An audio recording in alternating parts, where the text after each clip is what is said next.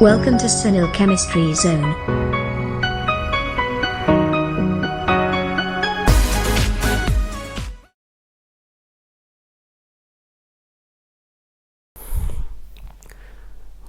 Last video લેક્ચરની અંદર આપણે કેટલાક નસ્ટ ઇક્વેશનની તારવણી નસ્ટ ઇક્વેશન બનાવવા માટેના એક્ઝામ્પલ જોઈએ. હવે થોડીક નાની બે એક થિયરી છે, બે એક થિયરી લઈ લઈએ, પછી એના એક્ઝામ્પલ્સ ઉપર આપણે જઈએ. ચલો, તો આપણી જે થિયરી છે આપેલી છે અહીંયા સાંદ્રતા કોષ છે આપેલી. સાંદ્રતા કોષ કોને કહી શકાય? સાંદ્રતા કોષ એટલે શું? સાંદ્રતા કોષના પ્રકાર કયા કયા છે? તો સાંદ્રતા કોષ શબ્દ ઉપરથી જ ખબર પડી જાય. અહીંયા સાંદ્રતાને ઉપર આધારિત પોઈન્ટ સમજાયેલો છે. સાંદ્રતા કોષ સામાન્ય રીતે બે પ્રકારના જોવા મળે છે. સીધા પોઈન્ટ ઉપર આવીએ. સાંદ્રતા કોષ બે પ્રકારના છે, જેમાંનો એક છે વિદ્યુત ધ્રુવ સાંદ્રતા કોષ અને બીજો છે વિદ્યુત વિભાજ્ય સાંદ્રતા કોષ. મતલબ એક આપેલો છે આપણને ઇલેક્ટ્રોડ કોન્સન્ટ્રેશન સેલ અને બીજો આપેલો છે આપણને ઇલેક્ટ્રોલાઇટ કોન્સન્ટ્રેશન સેલ આપણે બતાવ્યો છે. ચલો, હવે આની અંદર સૌથી પહેલાં વિદ્યુત ધ્રુવ સાંદ્રતા કોષ કોને કહી શકાય? સૌથી પહેલાં સાંદ્રતા કોષની અંદર શું હોય? લેવામાં આવેલા બંને વિદ્યુત ધ્રુવો સરખા હોય, બંને વિદ્યુત વિભાજ્યના દ્રાવણો પણ સરખા હોય, ખાલી દ્રાવણોની સાંદ્રતા અલગ અલગ હોય, ત્યારે એવા કોષને શું કહેવાય? સાંદ્રતા કોષ તરીકે ઓળખવામાં આવે છે. જે વિદ્યુત રાસાયણિક કોષમાં લેવામાં આવેલા બંને અર્ધ કોષ સમાન હોય, બંને વિદ્યુત ધ્રુવો સમાન હોય, બંને વિદ્યુત વિભાજ્ય પણ સમાન હોય, પણ બંને વિદ્યુત વિભાજ્યના દ્રાવણોની સાંદ્રતા જુદી જુદી જો હોય તો તેને સાંદ્રતા કોષ તરીકે ઓળખવામાં આવે છે. તો પહેલાં ડેફિનેશન સાંદ્રતા કોષની અહીંયા દર્શાવીએ કે સાંદ્રતા કોષ કોને કહી શકાય? જે વિદ્યુત કોષમાં લેવામાં આવેલા બંને અર્ધ કોષ સમાન હોય, એટલે કે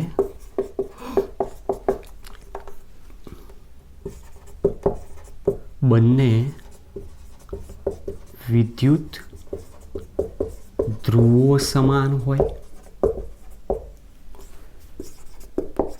બંને વિદ્યુત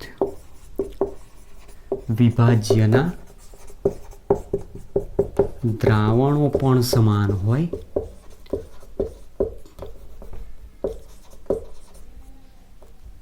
પરંતુ તે વિદ્યુત વિભાજ્યના દ્રાવણોની સાંદ્રતા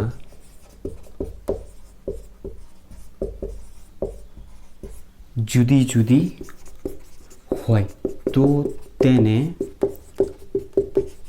સાંદ્રતા કોષ કહે છે.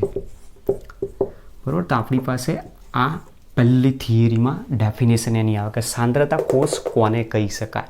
તો સાંદ્રતા કોષ એટલે એવા પ્રકારના કોષની વાત કરીએ જેમાં બંને વિદ્યુત ધ્રુવો સમાન છે, વિદ્યુત વિભાજનનું દ્રાવણ પણ સમાન, મતલબ બંને અર્ધકોષ સમાન છે, ખાલી એ અર્ધકોષની અંદર લેવામાં આવેલા વિદ્યુત વિભાજનના દ્રાવણની સાંદ્રતા જુદી જુદી હોય અને સાંદ્રતા જુદી જુદી તેને કોન્સન્ટ્રેશન સેલ સાંદ્રતા કોષ કહે છે. એમાં સાંદ્રતા કોષમાં પહેલો પોઈન્ટ આપેલો છે વિદ્યુત ધ્રુવ સાંદ્રતા કોષ, ઇલેક્ટ્રોડ કોન્સન્ટ્રેશન સેલ કોને કહી શકાય?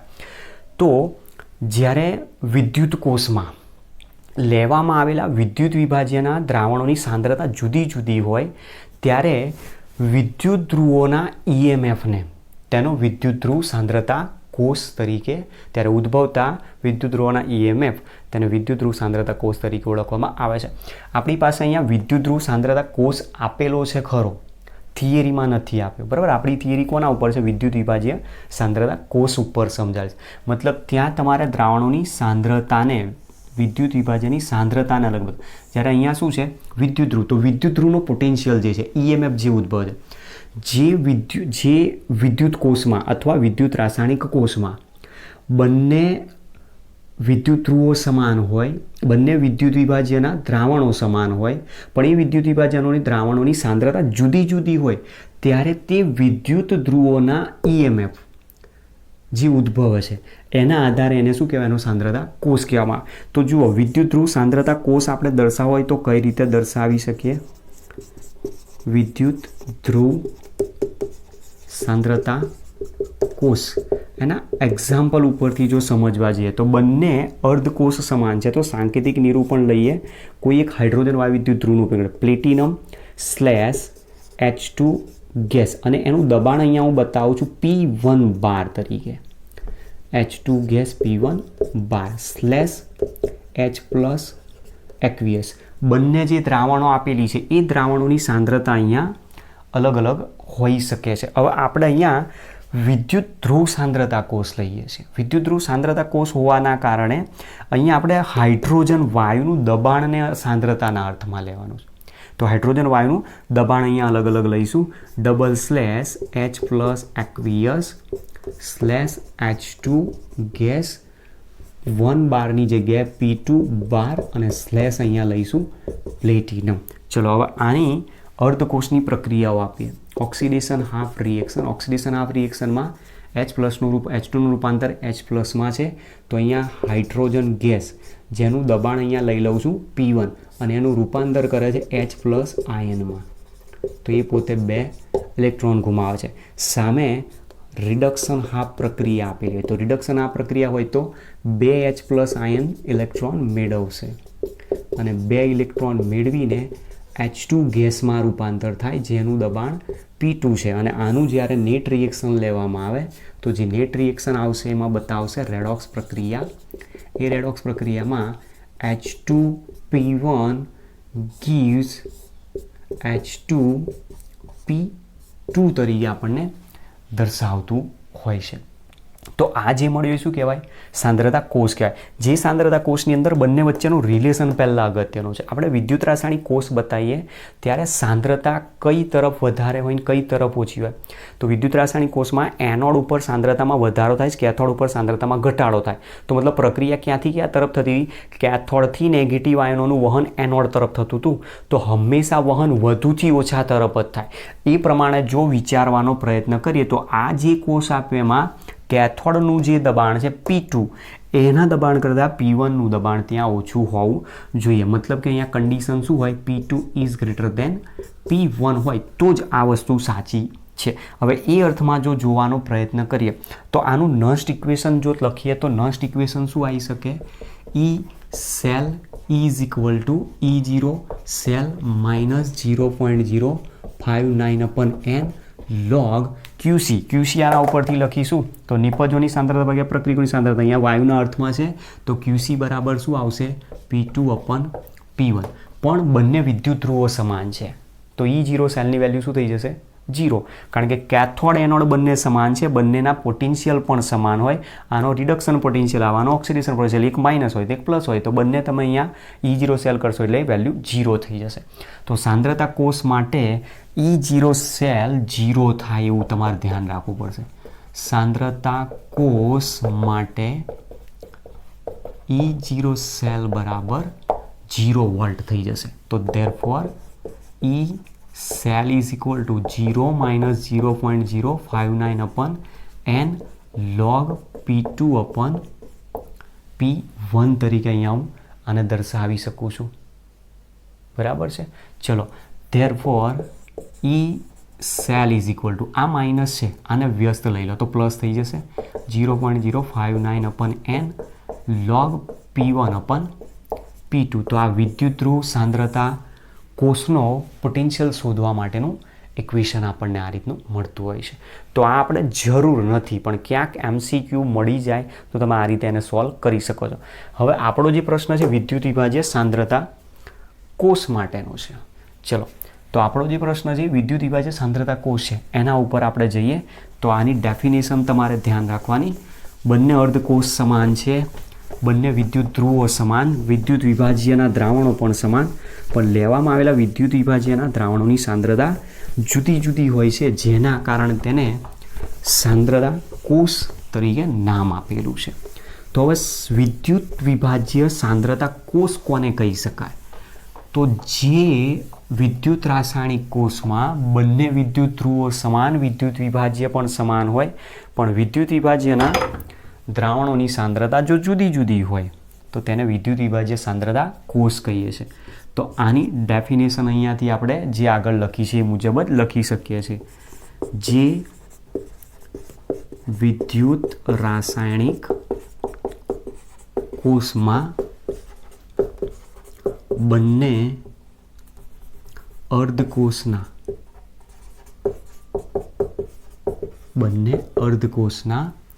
વિદ્યુત ધ્રુવો સમાન હોય,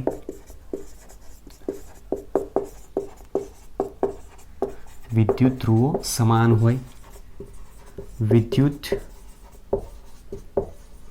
વિભાજ્યના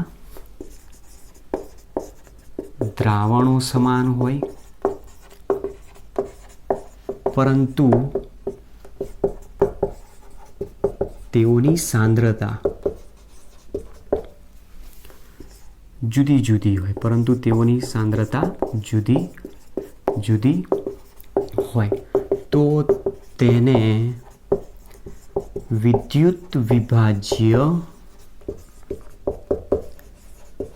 સાંદ્રતા કોષ કહે છે. બરાબર, આ રીતનો આપણને ડેફિનેશન આવે.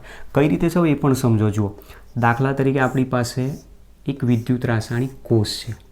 જે વિદ્યુત રાસાયણિક કોષમાં બંને દ્રાવણો એક જ વિદ્યુત વિભાજ્ય, દાખલા તરીકે CuSO4 છે. CuSO4નું જલીય દ્રાવણ, અહીંયા પણ CuSO4નું જલીય દ્રાવણ. તમે કોઈ પણ ઉદાહરણ લઈ શકો છો. સિલ્વર નાઇટ્રેટ લઈ લો, ઝીંક ક્લોરાઇડ લઈ શકો, ઝીંક સલ્ફેટ લઈ શકો. ચલો, એની અંદર અહીંયા બંને વિદ્યુત ધ્રુવો ડૂબાડીએ છીએ. તો વિદ્યુત ધ્રુવ અહીંયા કોણ હશે? કોપર ધાતુ. એ જ પ્રમાણે અહીંયા પણ વિદ્યુત ધ્રુવ હશે કોપર ધાતુ. બંનેનું જોડાણ 1 મીટરમાં સાથે, અને ત્યાર પછી બંને અર્ધકોષનું જોડાણ કરી દીધું અહીંયા સોલ્ટ બ્રિજ મારફતે. તો અહીંયા દર્શાવી દઉં છું આ રીતે હાઇલાઇટ કરીને ડાર્ક સોલ્ટ બ્રિજ, જેને આપણે ક્ષાર સેતુ તરીકે નામ આપેલું છે. આ રીતનું સિચ્યુએશન છે અને આપણે સાંદ્રતા કોષ કહી શકીએ. પણ ક્યારે? બંને વિદ્યુત વિભાજનના દ્રાવણોની સાંદ્રતા જુદી જુદી. ધારો કે આની સાંદ્રતા C1 છે અને આની સાંદ્રતા C2 મોલર તરીકે દર્શાવેલી છે. હવે કન્ડિશન બંનેની ધ્યાન રાખવાની. વિદ્યુત રાસાયણિક કોષ લઈએ છીએ ત્યારે આનું ઓક્સિડેશન થાય ને આનું રિડક્શન થાય છે. એ દરમિયાન આપણે જોયું હતું કે વિદ્યુત રાસાયણિક કોષમાં ઝીંક સલ્ફેટના દ્રાવણની સાંદ્રતા વધતી હતી અને આની સાંદ્રતા ઘટતી હતી. ત્યારે એ દરમિયાન શું થાય છે? અહીંયાથી નેગેટિવ આયનોનું વહન આ તરફ થતું હોય, તો કેથોડથી એનોડ તરફ આયનોનું જો વહન થતું હોય તો વહન જે તરફથી થાય ત્યાં સાંદ્રતા હંમેશા વધારે હોય. જેના કારણે આપણે અહીંયા કન્ડિશન લખી શકીએ C2 is greater than C1 થવું જરૂરી છે. C2 is greater than C1 હોય તો આ વધુ સાંદ્રતાથી ઓછી સાંદ્રતા ધરાવતા દ્રાવણ તરફ આયનોનું આપમેળે વહન થાય. અને ક્યાં સુધી વહન થશે? જ્યાં સુધી બંને બાજુ સાંદ્રતા સમાન નહીં થાય, મતલબ C1 બરાબર C2 નહીં થાય ત્યાં સુધી થઈ શકે. તો આપણે અહીંયા કન્ડિશન આપેલી છે. કન્ડિશન મેઇન ઇમ્પોર્ટન્ટ છે.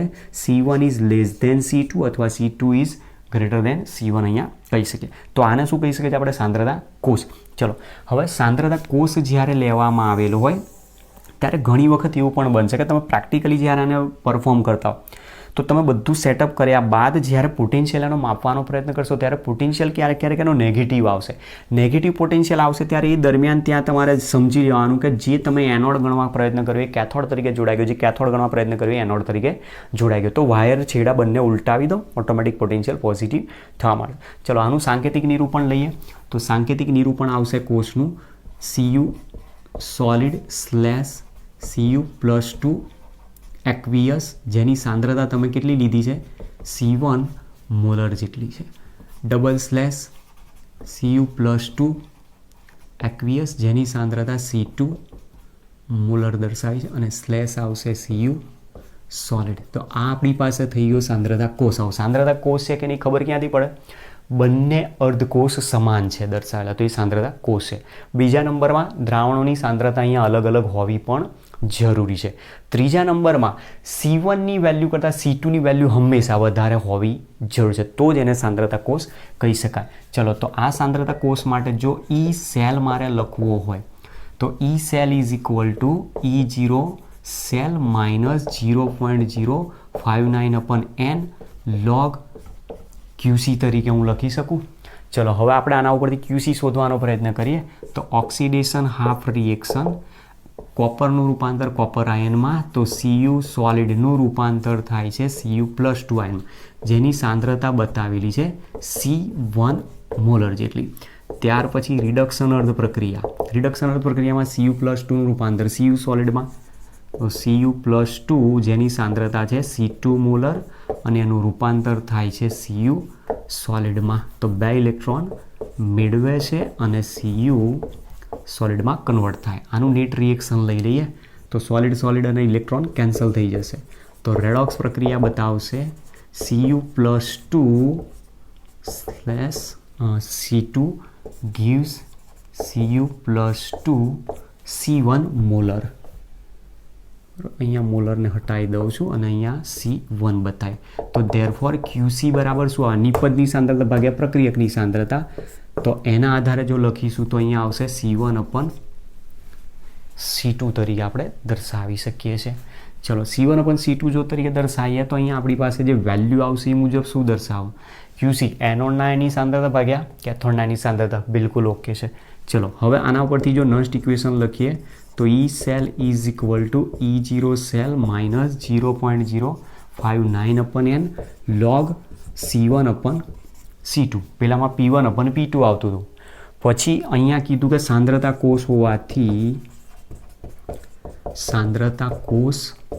હોવાથી E0 સેલ બરાબર 0 થઈ જશે. તો therefore E cell is equal two minus 0.059 upon n log C1 upon C2. Therefore, E cell is equal to 0.059 upon n log C2 upon C1 મળે છે, જે સાંદ્રતા કોષનો પોટેન્શિયલ શોધવા માટેનું સમીકરણ છે. જે સાંદ્રતા કોષનો પોટેન્શિયલ દર્શાવે. તો આના માટે તમારે શું કરવાનું? ઇક્વેશન બનાવશો અથવા સંકેત આપેલો હશે એના ઉપરથી એનની વેલ્યુ તમે મળી જશે. C1 અને C2 આપેલા હશે, C1 C2ની વેલ્યુ મૂકી દો, જવાબ એના ઉપરથી પણ આપણને મળી શકે. ક્યારેક એવું પણ બનશે બેમાંથી કોઈ એક અર્ધકોષની સાંદ્રતા આપેલી નહીં હોય અને શોધવાની કહેશે, તો શું આપેલો હશે? કોષનો પોટેન્શિયલ આપેલો હોઈ શકે છે. તો આપણી પાસે સાંદ્રતા કોષ માટેનો પોટેન્શિયલ શોધવાનું સમીકરણ છે. અને અહીંયા કીધું એ મુજબ કે ક્યાં સુધી આ આપમેળે વહન થશે, અહીંયા રહેલા આયનોનું કેથોડ તરફ ક્ષાર સેતુ મારફતે આપમેળે વહન ક્યાં સુધી થાય? તો જ્યાં સુધી બંને બાજુ દ્રાવણોની સાંદ્રતા સમાન ન થાય. જો બંને બાજુ દ્રાવણોની સાંદ્રતા સમાન થઈ જાય તો log 1 થઈ જશે. log 1ની વેલ્યુ કેટલી? 0. તો કોષ પોટેન્શિયલ શું થઈ જાય? 0 થઈ જાય. તો આપણે આ પણ ધ્યાન રાખવાનું છે કે સાંદ્રતા કોષમાં જ્યાં સુધી C1 બરાબર C2 એટલે કે બંને બાજુ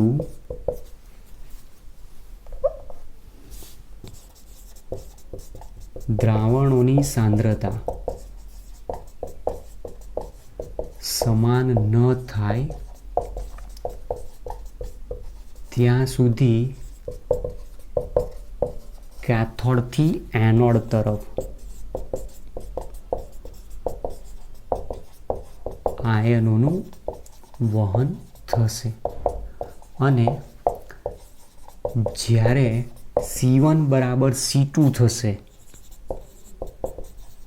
ત્યારે કોષ કાર્ય કરતો બંધ થઈ જાય એટલે E0 સેલ 0 થઈ જશે. તો તમારે આ પણ એક MCQ તરીકે ધ્યાન રાખવાનું છે, બરાબર. તો મોટાભાગે આ MCQમાં પ્રશ્ન પૂછાતો હોય છે. સાંદ્રતા કોષ થિયરીમાં કાઢી નાખ્યો છે. તો આપણે જરૂરી છે MCQ પ્રશ્ન પૂછી શકે. MCQ ક્યાંક રિફર કરશો ગમે તે એન્ટ્રન્સ એક્ઝામના, તમારે આ બધા પોઈન્ટ ત્યાં કામ લાગશે, બરાબર. ચલો ત્યાર પછી હવે સાંદ્રતા કોષ ઉપરથી બીજો એક પોઈન્ટ છે આપણી પાસે, એના ઉપર જઈએ. કોષ પોટેન્શિયલના આધારે શું આપણે શોધી શકીએ છીએ? તો એમાંની જ એક થિયરી છે સંતુલન અચળાંક. કોષનો સંતુલન અચળાંક શોધવાની થિયરી ઉપર જઈએ. ચલો, તો સંતુલન અચળાંક માટે આપણે મોટા ભાગે 11માં ભણી ગયા છો તમે લોકો. સંતુલન અચળાંક કે ઈ આવે, કે ઇક્વિલિબ્રિયમ તમે લખતા હતા, કે સી આવે, કે એ આવે છે, કે પી આવે, ખાલી કે પણ લખતા હતા. એ સિવાય આપણે કે ડબલ્યુ પાણીનો એની ગુણાકાર લખ્યો હતો, અલ્પદ્રાવ્ય ક્ષારનો દ્રાવ્યતા ગુણાકાર, કે એસપી પણ લખેલો છે. પછી જળ વિભાજન અચળાંક એ પણ એક સંતુલન અચળાંક તરીકે તમે સાબિતી આપી હતી. કે એચ તરીકે પણ આપણે અલગ અલગ દર્શાવેલા છે. તો આના ઉપરથી આપણે એક પોઈન્ટ સમજાવવાનો પ્રયત્ન કરીશું, જેમાં કોષ પોટેન્શિયલની ઉપયોગિતા શું છે એ એક શોર્ટ ક્વેશ્ચન આપણને મળી શકશે. પણ એ શોર્ટ ક્વેશ્ચન ઉપર જઈએ એના પહેલાં આપણો જે પોઈન્ટ છે એના ઉપર સમજવાનો પ્રયત્ન કરીએ. કોષનો સંતુલન અચળાંક શોધવો. કોષનો સંતુલન અચળાંક શોધવો. હવે સંતુલન અચળાંક શોધવાનો છે તો અહીંયા તમારે હવે સાંદ્રતા કોષ નહીં આવે, બરાબર. કોઈ પણ કોષ તમે અહીંયા વાપરી શકો છો. સિમ્પલ ધારો કે ડેનિયલ કોષ જ લઈને છે તો ડેનિયલ કોષનો સંતુલન અચળાંક શું આવે, કેટલો આવે, એના આધારે આપણે થિયરી સમજવાનો પ્રયત્ન કરીએ. ચલો તો ડેનિયલ કોષનું સાંકેતિક નિરૂપણ લઈએ. ZN solid /ZN+2 aqueous /CU+2 aqueous /CU solid. હવે એમાં ઘટના શું બનશે, એક તરફ ઓક્સિડેશન પ્રક્રિયા થશે, બીજી તરફ રિડક્શન પ્રક્રિયા થાય. ત્યારે એકનો ઓક્સિડેશન પોટેન્શિયલ વધશે, બીજાનો રિડક્શન પોટેન્શિયલ વધવા માંડશે. હવે એ દરમિયાન બંને પ્રક્રિયાના વેગ, આમાં પ્રક્રિયકોની સાંદ્રતા ઘટતી જાય અને નિપજોની સાંદ્રતા હંમેશા વધતી જાય. આ એક આપણી પાસે લોજિક છે. સમય જતાં પ્રક્રિયકોની સાંદ્રતા ઘટે, નિપજની સાંદ્રતા વધે. ત્યારે બંને જે પ્રક્રિયાઓ છે બંને પ્રક્રિયાઓના વેગ જે દરમિયાન સમાન થઈ જાય એ જ જગ્યાને આપણે ત્યાં એ સંતુલન અવસ્થા પ્રાપ્ત કરે છે એવું કહે. જો પ્રક્રિયા સંતુલન અવસ્થા પ્રાપ્ત કરી લે, બંનેની સાંદ્રતા સમાન થઈ જાય તો શું થાય, આ ઘટના સમજવા જેવી છે. ચલો આના ઉપરથી આપણે રેડોક્સ રિએક્શન આની જ્યારે બતાવીશું તો પહેલાં ઓક્સિડેશન અર્ધ પ્રક્રિયા લઈએ. Oxidation half reaction ZN solid gives ZN+2 aqueous +2 electron. Reduction half reaction Cu+2 aqueous +2 electron gives Cu solid. અને આના આધારે આપણે નેટ રિએક્શન બતાવી હતી જેને આપણે રેડોક્સ પ્રક્રિયા કહીએ છીએ. તો રેડોક્સ પ્રક્રિયા ZN solid +Cu+2 aqueous will gives ZN+2 aqueous +Cu solid બતાવે. જેના ઉપરથી આપણે QC લખીએ છીએ. QC એ જ શું બતાવે છે, સંતુલન અચળાંક KC બતાવે છે. અને એની વેલ્યુ આપણે ZN+2ની સાંદ્રતા ભાગ્યા Cu+2ની સાંદ્રતા તરીકે દર્શાવતા હોઈએ છીએ. હવે પ્રક્રિયા સંતુલન અવસ્થા પ્રાપ્ત કરે છે. તો સંતુલન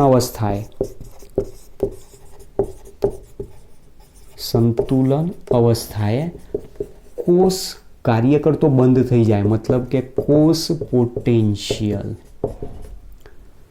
શૂન્ય થશે. કેમ આવું બન્યું એનું રીઝન સમજવા જેવું છે. કોષ કાર્ય કરે છે એ દરમિયાન ZnSO4માં ઝીંક આયનના વધારાના કારણે અને આ બાજુથી SO4-2 આવે એટલે ઝીંક સલ્ફેટની સાંદ્રતા વધે એટલે એનોડના દ્રાવણની સાંદ્રતા વધતી જાય. બીજી બાજુ કેથોડ પર રહેલા દ્રાવણની સાંદ્રતા ઘટતી જાય. અને જ્યારે બંનેની સાંદ્રતા સમાન થઈ જાય એટલે બંને આયનો સરખા થઈ જાય એ દરમિયાન કોષ કાર્ય કરતો બંધ થઈ જાય છે. એટલે પોટેન્શિયલ શું થઈ જાય, 0. કેમ આવું બન્યું તેના માટે જુઓ નસ્ટ ઇક્વેશન લખીએ. તો નસ્ટ સમીકરણ E cell is equal to E0 cell minus 0.059/n log. QC ની જગ્યાએ વેલ્યુ મૂકી દઈએ. Concentration of ZN+2 into concentration of Cu+2 મૂકી શકીએ. જો આ રીતનું વેલ્યુ મૂકીએ, બંનેની સાંદ્રતા જો સમાન થઈ જાય તો વેલ્યુ 1 થઈ જશે. વેલ્યુ 1 થઈ જશે તો અહીંયા શું થઈ જશે, આખી વેલ્યુ 0 થઈ જશે. હવે સાંદ્રતા જ્યારે બંને બાજુ સરખી થઈ જશે, બંને અર્ધકોષના દ્રાવણની, ત્યારે એ દરમિયાન કોષ પોતે જ કાર્ય કરતો બંધ થઈ જશે. કોષ કાર્ય કરતો બંધ થઈ જાય એટલે એનો કોષ પોટેન્શિયલ E સેલનું મૂલ્ય ત્યાં 0 થઈ જશે. તો આપણે અહીંયા એ દર્શાવવાનું ધ્યાન રહેશે, કોષ પોટેન્શિયલ 0 જો થતો હોય તો therefore E cell is equal two 0 થઈ જશે. પહેલામાં E0 સેલ 0 થાય કારણ ત્યાં બંને વિદ્યુત ધ્રુવો સમાન હતા એટલે E0 સેલ 0. અહીંયા બંને વિદ્યુત ધ્રુવો જુદા જુદા છે તો જેમ જેમ ધીમે ધીમે આની સાંદ્રતા ઘટશે આની સાંદ્રતા વધશે અને બંનેની સાંદ્રતા ઇક્વલ થશે કારણ કે આની સાંદ્રતા વધારે આની ઓછી. ઘટતી સાંદ્રતા બંનેની જ્યારે સમાન થઈ જાય ત્યારે E0 સેલ 0 થઈ જાય એટલે કોષ પોટેન્શિયલ 0 થાય. કારણ ત્યાં શું થશે? રિવર્સ ઇલેક્ટ્રોસ્ટેટિક પોટેન્શિયલ જનરેટ થવા મળશે એટલા માટે ત્યાં E સેલ 0 થઈ જાય. હવે આના માટે જો નસ્ટ ઇક્વેશન અહીંયાથી લખીએ તો નસ્ટ સમીકરણ E cell is equal to E0 cell minus 0.059 upon n log QCની જગ્યાએ તમે મૂકી દો સંતુલન અચળાંક KC પહેલેથી જ બરાબર. આની વેલ્યુ 0 છે therefore 0 is equal to E0 cell minus 0.059 upon n log KC. ચલો આને સૂત્ર કરતાં બનાવી દઈએ. therefore 0.059 upon n log KC is equal to E0 cell. આ પદ આખું આ બાજુ લાવી દો. therefore log KC is equal to n into E0 cell upon 0.059. log દૂર કરી દો. therefore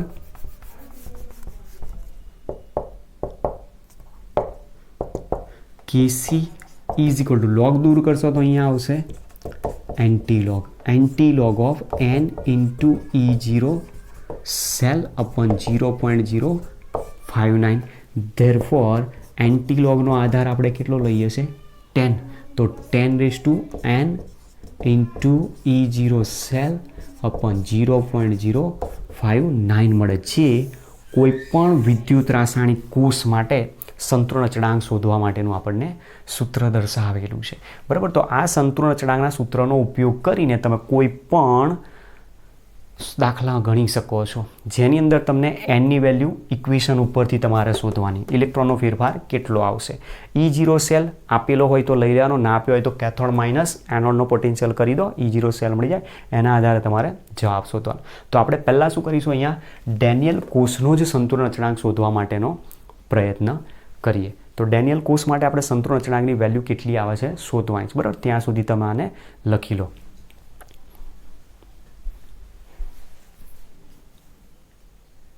હવે આપણે આ ઇક્વેશનનો ઉપયોગ કરીએ અને એના માટે ડેનિયલ કોષનો સંતુલન અચળાંક કેટલો છે એ શોધવાનો પ્રયત્ન કરીએ.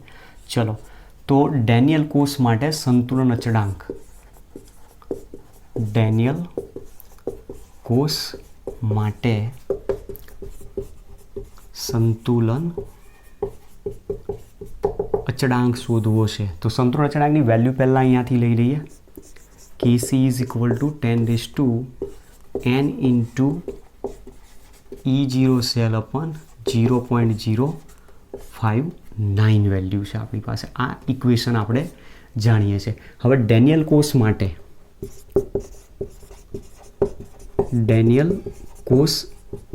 માટે એનની વેલ્યુ તો તમે જુઓ ઇલેક્ટ્રોનનો ફેરફાર 2 આપેલો છે n ઇઝ ઇક્વલ ટુ 2 અને એનો પોટેન્શિયલ આપણે શોધેલો છે 1.10 વોલ્ટ જેટલો જોવા મળે. તો therefore KC is equal two 10⁻, એની જગ્યાએ 2 મૂકી દો, E0 સેલની જગ્યાએ 1.10 મૂકી દો, 0.059. ચલો આનો તમે ગુણાકાર કરશો એટલે આવશે 10⁻37.288. હવે આપણા માટે મેઇન ઇમ્પોર્ટન્ટ શું છે? લોગ અને એન્ટીલોગ બંને. લોગ એન્ટીલોગ શોધવા માટે તમારે ફોર્મ્યુલાઓ પણ એની જરૂરી હોય છે. તો આપણે લોગ શોધવા માટે આ ફોર્મ્યુલાનો યુઝ કરીએ છીએ. લોગ માટે સંખ્યાનું 13 વખત વર્ગમૂળ ઓછા 1 ગુણ્યા 3558 ફોર્મ્યુલા વાપરીએ છીએ. જ્યારે એન્ટીલોગ માટે ફોર્મ્યુલા અહીંયાથી ઉલટાઈ દેવાની, સંખ્યા ભાગ્યા 3558 વત્તા 1 અને ત્યાર પછી ગુણ્યા બરાબર 13 વખત લેવાના બરાબર. સાદા કેલ્ક્યુલેટરથી તમે આ ફોર્મ્યુલાનો યુઝ કરી શકો. સંખ્યા ભાગ્યા 3558 વત્તા 1 ગુણ્યા બરાબર ગુણ્યા બરાબર ગુણ્યા બરાબર ગુણ્યા બરાબર રીતે 13 વખત પ્રેસ કરશો એટલે એનું એન્ટીલોગ મળશે. તો આપણે એન્ટીલોગ શોધવાનો. હવે ધ્યાન રાખવાનું કે એન્ટીલોગ અને લોગમાં બંનેમાં એક ડિફરન્સ છે. એન્ટીલોગ હંમેશા 0 પોઈન્ટથી સ્ટાર્ટ થતા હોય છે, અહીંયા એ નથી. તો આના બે સરખા ભાગ કરી નાખો. તો 10A ઇન્ટુ બી આપેલું છે આપણને, તો એની જગ્યાએ શું લખી શકે? 10A into 10B. તો આપણે આ ફોર્મ્યુલાનો યુઝ કરીએ. અહીંયાથી બે પૂર્ણાંક અપૂર્ણાંક ભાગ છૂટા પાડી દો. તો 1037 પ્લસ 0.288. તો આપણી જે ફોર્મ્યુલા છે આ આવશે 10A plus B is equal to 10A into 10B સૂત્ર મુજબ જવાનું છે એનો મતલબ. બરાબર છે. તો આપણે એ રીતે જો આને છૂટા પાડી દઈએ તો 1037 એક ઘાતાંક તમને મળી ગયો. તો એન્ટીલોગ કેટલાનો હોવો જોઈએ? 0 પોઈન્ટની સમથિંગનો. તો આનો એન્ટીલોગ આપણે શોધવાનો, જેનો તમે જવાબ શોધશો તો 1.941 ઇન્ટુ 1037 મળશે. તો ડેનિયલ કોર્સ માટે સંતુલન અચળાંકની આપણને આટલી વેલ્યુ મળે છે. તો સંતુલન અચળાંક શોધવા માટે તમે આ ફોર્મ્યુલા વાપરી શકો છો. ચલો, ત્યાર પછી હવે આપણે એક સામાન્ય પોઈન્ટ બીજો નાનો લેવાનો છે. કોષ પોટેન્શિયલની ઉપયોગિતા શું છે? તો કોષ પોટેન્શિયલની ઉપયોગિતામાં કઈ ઉપયોગિતા છે એ અહીંયા સામાન્ય ફટાફટ દર્શાવી દઈએ.